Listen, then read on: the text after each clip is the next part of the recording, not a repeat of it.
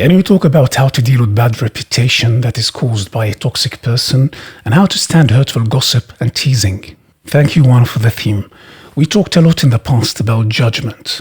There's judgment between two parties and there's judgment between three parties. We call both judgment, but we need to know the difference between both. When I make a judgment of a character of a person and base an action upon that judgment, then I am the judge and the execution.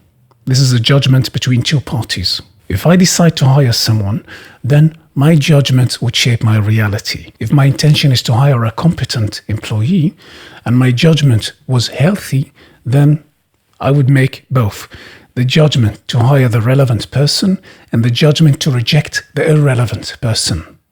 If my perception and conception would have been hijacked, then my judgment would be manipulated. So I would hire the irrelevant and would reject the relevant. And also here, I'll be living in the results of my judgment.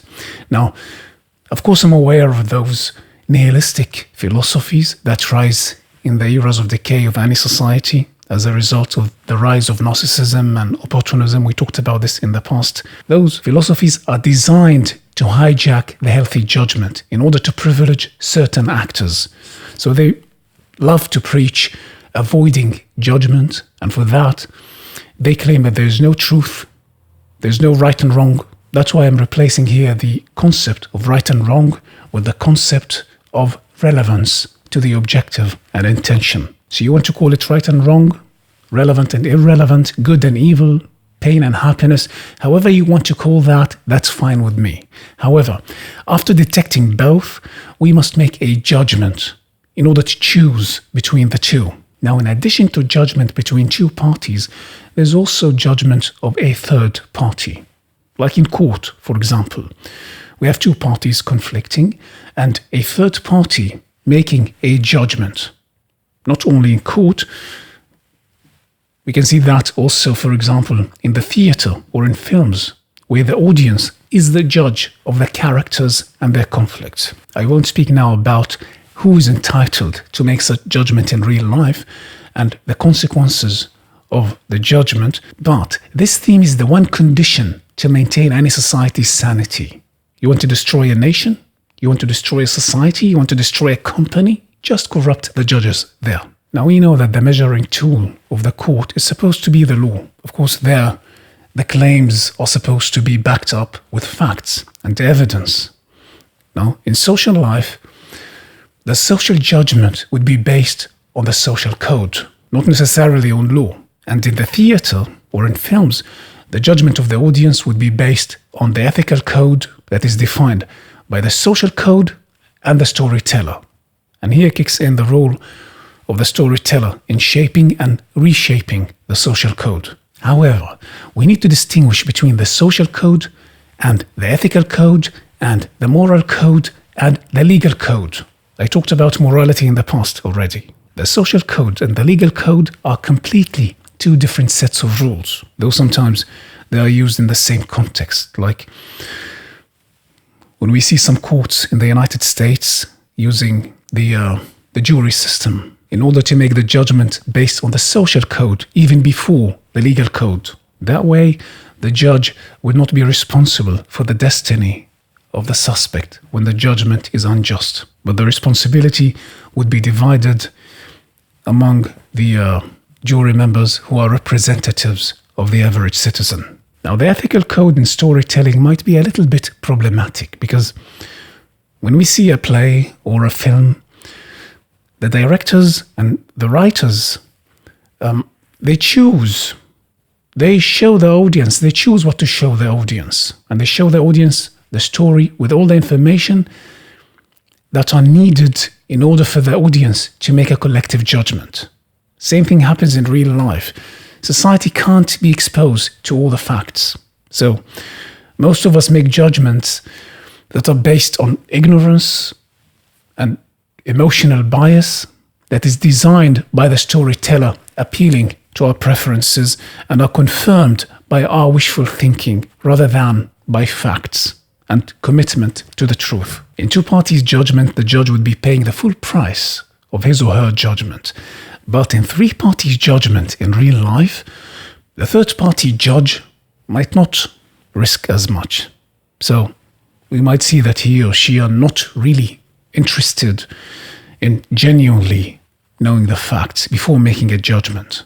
Or even after knowing the facts, they wouldn't allow them to genuinely resonate into meaning and significance, because they're not going to pay the price of their judgment, or at least this is what they think. I won't speak now about those who would abuse this position instantly, but it's important to be careful who we accept to mediate and make a third-party judgment in our personal lives, because most people would abuse this position.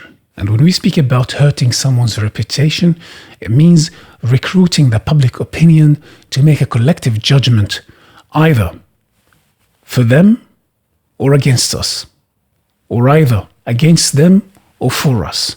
For example, if you know that someone is selling toxic food, so people would boycott that in order for them not to be poisoned. This collective judgment here is designed to protect us from toxicity. But if we boycott someone because he or she is a black person, then this judgment is not designed to save us, but to hurt him or her. So we need to detect the different kinds of judgment here before adopting one. One is survival, and the other is abusive and destructive. Now, if the seller really sold toxic food to people, or manipulated them or lied to them in the past, for such person to restore their reputation, they would need years of uncompromising honesty and selling only high-quality substance. But restoring a reputation that was architected to work against you, regardless of the truth, here we need first of all to detect the three factors and to acknowledge them and to acknowledge their truths with no denial. The first factor is who I am in this context. The second factor is who is the one that is spreading those rumors. And the third factor is the environmental factors that work with me or against me, with them or against them. I would explain that with an example. Around 6 years ago, I worked in a European country. And one time while I was walking down the street, a 60-year-old local lady spat on me and shouted, "Terrorist." I cleaned her spit and kept on moving. Now my friend asked me, "Why didn't you respond?" So I said, "This is my response." Of course I was angry, but this was my response. We know that the social environment here is hostile towards foreigners.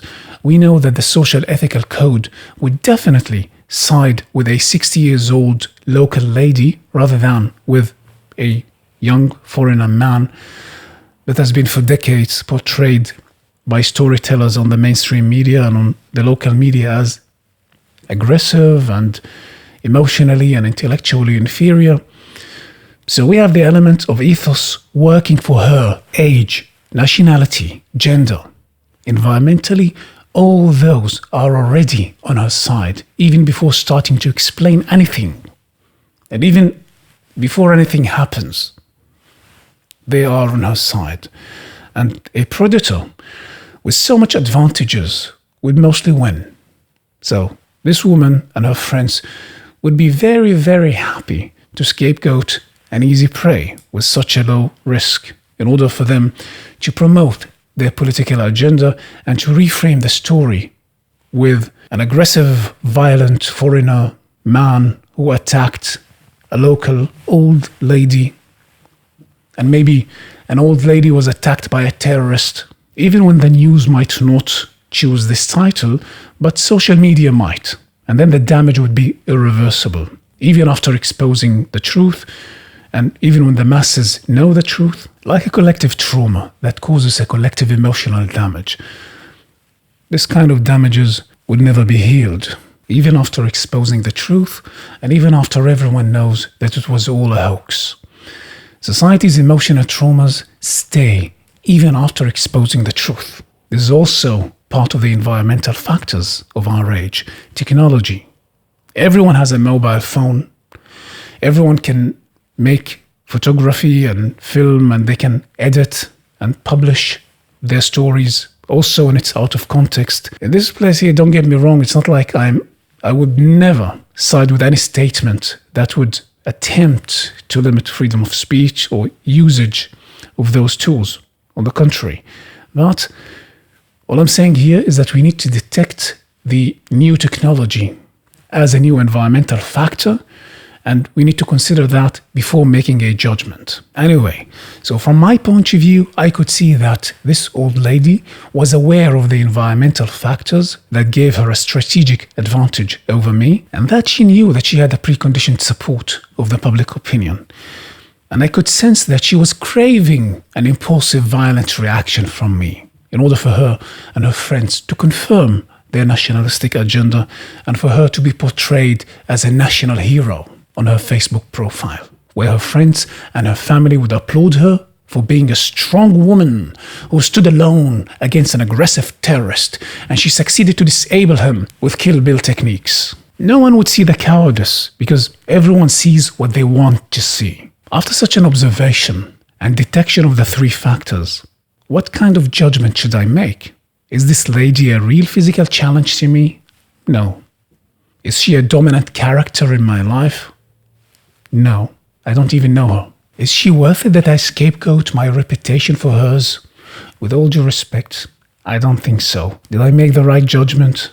I don't regret it, and I'm so glad where I am today. No, this is a lady that I don't know, and I might never see her again in my life. Yet, many people might find it difficult to make such judgment in such situation. I still don't talk about people that we know, that we need to meet constantly on a daily basis or on a weekly basis or on a monthly basis, like family members or friends or co-workers or the business community. I see people making self-destructive choices even in situations where the easiest and most obvious choice to make is just to walk away. If we can't make such judgment in such a simple situation, it might be very difficult to make judgments when dealing with people who we interact with frequently. The solution for one toxic interaction here was just to walk away, and problem solved forever. In more complicated situations, we might need years of dealing with the same emotional toxicity. In the video that I made about daughters of narcissistic mothers, I shared examples of mothers who actually succeeded to ruin the reputation of their daughters while wrapping that with the mask of love. For example, a mother that made it that way that the daughter can't even work outside the domain and the control of the mother because the mother has already brainwashed everyone against the daughter. Family, friends, co-workers, even the bosses and the clients. And the mother knows that she has the social code on her side, regardless of facts. She knows she's in such a privileged position in this conflict, and she will take advantage of that till the end. No one cares about facts here. So it's senseless for such daughters to look for a third-party judgment because the judgment is already preconditionally biased. In order for such daughters to get out of such traps, we need to make not only one judgment that is based on knowledge of the actors and the environment, but we need to be prepared to make thousands of healthy conscious and subconscious judgments. And that might take years to heal such damage. That's why many people think it's impossible to heal, because we can make a plan and act technically, but without the deep understanding and commitment to the plan and the uncompromising consistency, we would always fall victims for the old habits and the emotional buttons that they know exactly how to push. Now, those are two different extreme examples. If you speak about someone who spreads rumors in the working environment or gossips in the working environment, like a colleague or a co-worker, it's the same thing here. Let's remember that not everyone is supposed to be our friend.